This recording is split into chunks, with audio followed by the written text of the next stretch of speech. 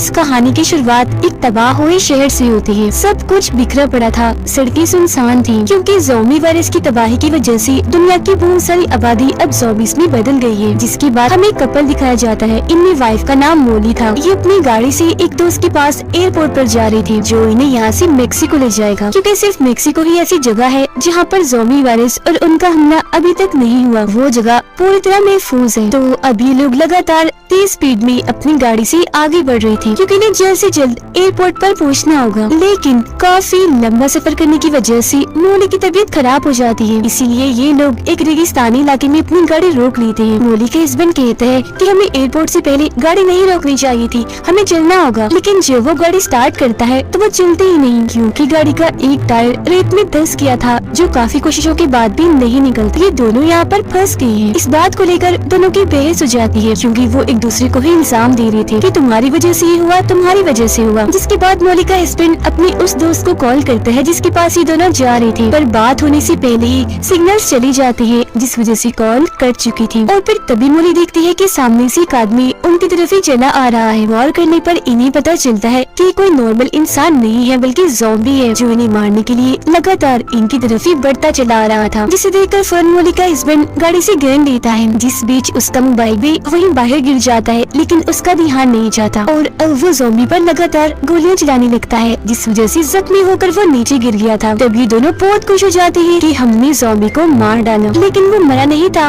अभी भी जिंदा था। दोबारा से उठकर इनकी तरफ बढ़ने लगता है। जिसे देखकर मोली के हस्बैंड दोबारा एक गोली उस पर चलाता है जो उसके कान पर लगती है, लेकिन वो फिर भी आगे बढ़ता ही जा रहा था और अब उसकी गन में गोलियां भी खत्म हो चुकी थी। इसीलिए इन्हें दोबारा से गाड़ी में वापस आकर बैठना पड़ता है। अब ये ज़ॉम्बी के यहाँ से जाने का इंतजार करने लगती है, पर वो जा ही नहीं रहा था। तब से इनकी गाड़ी के आसपास ही मंडरा रहा था इन्हें मारने के लिए। देखते ही देखते यहाँ रात हो गई थी, पर वो अभी भी बाहर खड़ा होकर खिड़की से इन्हें देखे ही जा रहा था। दरअसल मोली के हस्बैंड से सबसे बड़ी गलती ये हुई थी कि उसने मोबाइल बाहर गिरा दिया था जिसे उठाया भी नहीं था और अब इन्हें किसी तरह मोबाइल हासिल करना था। ये गाड़ी की लाइट जलाते हैं और देखते हैं कि ज़ॉम्बी बाहर नहीं है। तब चुपके से मोली बाहर आती है और आखिरकार मोबाइल के पास भी पहुँच चुकी थी। लेकिन जब उसका हस्बैंड पीछे था तो तभी ज़ॉम्बी यहाँ आकर उस पर हमला कर देता है और उसने मोली के हस्बैंड को काट कर उसे मार दिया था। उसकी मौत से मोली को काफी दुख तो होता है, पर उसे अपनी जान बचानी थी, इसीलिए वो अपना जरूरी सामान लेकर यहाँ से भाग जाती है फौरन। अगली सुबह वो अपने उस दोस्त को कॉल करती है जो एयरपोर्ट पर इनका इंतजार कर रहा था। मोली उसे कहती है कि गाड़ी खराब है तो आने में मुझे वक्त लगेगा, तो तुम्हें मेरा इंतजार करना होगा। ये बात सुनकर उसे गुस्सा आ गया था, इसलिए वो मोली का फोन काट देता है। इसीलिए उसे आगे का सफर पैदल ही तय करना था। इंटरनेट पर वो देखती है कि पैदल वहाँ तक जाने का रास्ता 36 मील की दूरी पर है, पर वो फैसला कर चुकी थी कि जो भी है मैं वहाँ पहुँच कर ही रहूंगी, तो पैदल ही आगे बढ़ने लगती है। थोड़ी दूर चलने के बाद वो देखती है कि कुछ प्लेन्स यहाँ से उड़कर जा रही हैं, जिन्हें देखकर मोली काफी मायूस हो गई थी क्योंकि वो जान चुकी थी कि अब एयरपोर्ट पर जाने का कोई फायदा नहीं है क्योंकि प्लेन्स तो यहाँ से जा ही चुके हैं। मगर वो फिर भी आगे बढ़ती ही रहती है। रात को एक जगह पर आग जलाकर बैठ जाती है, जिस बीच अपने बेटे को भी याद कर रही थी और इसी ख्याल के साथ उसकी आंख लग जाती है। जिस बीच तभी वो ज़ॉम्बी दोबारा यहाँ आकर मोली पर हमला कर देता है। इसीलिए वो अपना सामान उठाकर पहले ज़ॉम्बी पर हमला करती है और फिर वहाँ से भागकर एक चट्टान के ऊपर चढ़ जाती है जहाँ वो नहीं आ पाता। अगली सुबह वो देखती है कि ज़ॉम्बी अभी भी चट्टान के नीचे यानी उसके करीब ही है, जो उसके पास आने की कोशिश कर रहा है। तो वो अपना सामान लेकर यहाँ से दोबारा भागने लगती है। हालांकि ज़ॉम्बी भी उसका पीछे करता है, पर वो आराम आराम से चल रहा था तो इतनी आसानी से उस तक नहीं पहुँच सकता था। लेकिन जब मोली एक जगह पर रुक गई थी तो दोबारा से वो उसके पास आने लगता है। अब यहाँ वो पत्थर से उसे डराकर भगाने की कोशिश भी करती है, पर वो उसे नजरअंदाज करके उसकी तरफ बढ़ता ही चला जा रहा था। और यहाँ एक बार फिर रात हो जाती है, इसलिए मोली एक चट्टान के ऊपर आग जलाकर बैठ जाती है क्योंकि वो जानती थी कि ज़ॉम्बी चट्टान पर नहीं आ सकता, तो वो यहाँ महफूज है। अब अगली सुबह उसे दोबारा अपने दोस्त की कॉल आती है। वो उसे कल सुबह तक का टाइम देता है, कहता है कि अगर तुम कल सुबह तक एयरपोर्ट पर आ गई तो ठीक है, वरना हम तुम्हें छोड़कर यहाँ से निकल जाएंगे। जिसका मतलब था कि एक मौका अभी भी उसके पास था यहाँ से निकलकर अपनी जान बचाने का। इसीलिए वो दोबारा से आगे बढ़ने लगती है, लेकिन ज़ॉम्बी तो अभी तक उसका पीछे नहीं छोड़ता। उसके खाने पीने का सामान भी खत्म हो गया था, जिस वजह से उसे कमजोर कमजोरी हो रही थी और पानी की कमी तो बहुत थी। ऊपर से गर्मी भी बढ़ती जा रही थी। यहाँ वो रुक भी नहीं सकती थी क्योंकि ज़ॉम्बी उस पर हमला करके उसे मार देगा। लेकिन काफी तक जाने की वजह से उसकी आंखें बंद होने लगती है और फिर तभी यहाँ रेत का एक काफी बड़ा तूफान आ जाता है, जिस तूफान में वो ज़ॉम्बी के साथ फंस जाती है और बेहोश हो गई थी। फिर जब उसे होश आती है तो वहाँ से एक गाड़ी गुजर रही थी। वो उन्हें आवाज लगाकर रोक लेती है, जिसके अंदर से दो आदमी बाहर आते हैं। सबसे पहले वो मोली को पीने के लिए पानी देते हैं। वो फिर इन्हें बताते हैं कि मुझे एयरपोर्ट जाना है, तभी मैं यहाँ से निकल सकती हूँ, तो प्लीज आप मुझे ले चलिए। तो अब ये लोग मोली को गाड़ी में बिठाते हैं। वो देखती है कि मेरा बैग मेरे पास नहीं है। कहती है कि शायद वो वहीं गिर गया होगा जहाँ मैं बेहोश पड़ी थी। तो अब ये दोनों उसका बैग लेने के लिए चले जाते हैं। गाड़ी में मोली खून के निशान देखती है, जिससे वो समझ गई थी कि ये दोनों कोई शरीफ लोग नहीं है बल्कि खूनी है। वो घबरा गई थी। फिर ये दोनों लड़के वापस गाड़ी में आकर मोली से कहती है कि हमें भी एयरपोर्ट जाना है, तो तुम हमें भी वहाँ जाने का रास्ता बता दो। जब ना चाहते हुए भी उसे इन्हें रास्ता बताना ही पड़ता है, जिसकी फौरन बाद ही उसे गाड़ी से बाहर लाकर मारने लगती है। चाकू निकालकर जैसे उसकी जान लेने वाली होती है कि तभी मोली जोर जोर से चिल्लाने लगती है। उसकी चीख के साथ ही रेत हिलता है और उसमें हलचल हो रही थी और अगले ही पल उसमें से वो ज़ॉम्बी बाहर निकल कर आता है जो कई दिनों से मोली के पीछे था, पर वो भी तूफान के साथ बेहोश हो गया था। और अब वो उस जगह पर आता है जहाँ ये दोनों लोग मोली को मार रहे थे। उन पर हमला करके एक आदमी को वो काट लेता है, जो देखकर दूसरा लड़का गाड़ी लेकर फौरन यहाँ से निकल जाता है। गाड़ी में से कुछ खाने पीने और जरूरी सामान निकल कर मोली के पास गिर जाता है, लेकिन वो एक बार फिर इस सुनसान रेगिस्तान में फंस गई थी, जहाँ वो ज़ॉम्बी दोबारा से